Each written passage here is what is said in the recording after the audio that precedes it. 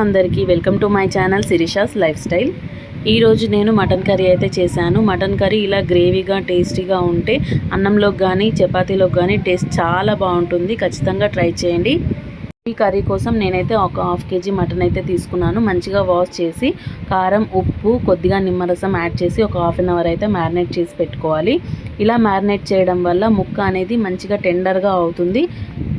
ఉప్పు కారం కూడా ముక్కకు మంచిగా పడుతుంది. చాలా ఈజీ ప్రాసెస్ అయిపోతుంది. టేస్ట్ కూడా చాలా బాగుంటుంది. ఖచ్చితంగా ఒకసారి ట్రై చేయండి. ఇలా మనం ముందుగా మటన్ అయితే కలిపి పెట్టుకున్న తర్వాత ఆనియన్స్ అనేవి మంచిగా స్లైసెస్ లాగా కట్ చేసుకోవాలి. స్లైసెస్ లాగా కట్ చేసుకున్న తర్వాత ఒక కడాయిలో నూనె వేసి ఆనియన్స్ అనేవి మంచిగా బ్రౌన్ కలర్ వచ్చేంత వరకు ఫ్రై చేసుకోవాలి. మనం బిర్యానీకి ఎలాగైతే ఫ్రై చేసుకుంటామో అలా బ్రౌన్ కలర్ రావాలి. అలా బ్రౌన్ కలర్ వచ్చిన తర్వాత అందులోంచి కొన్ని ఆనియన్స్ అయితే పక్కకు పెట్టుకోవాలి. ఎందుకంటే గ్రేవీ కోసం. ఇలా ఫ్రైడ్ ఆనియన్స్ పక్కకు పెట్టిన తర్వాత మనం ముందుగా మ్యారినేట్ చేసి పెట్టుకున్న మటన్ అయితే వేసి మంచిగా కలుపుకోవాలి. ఆయిల్ అనేది పైకి వచ్చేంత వరకు ఫ్రై చేసుకోవాలి. కొద్దిగా పసుపు కూడా యాడ్ చేసుకోవాలి. మనం మటన్ అనేది ముందుగా మ్యారినేట్ చేసుకోవడం వల్ల మటన్ ఉడకడానికి కూడా ఎక్కువ టైం ఏం పట్టదు. చాలా ఈజీగా ఉడికిపోతుంది.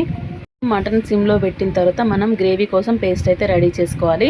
ఈ పేస్ట్ కోసం కొద్దిగా ఫ్రైడ్ ఆనియన్స్, ఒక 5-6 కాజు లేకపోతే గసాలు కొద్దిగా నానబెట్టైనా తీసుకోవచ్చు.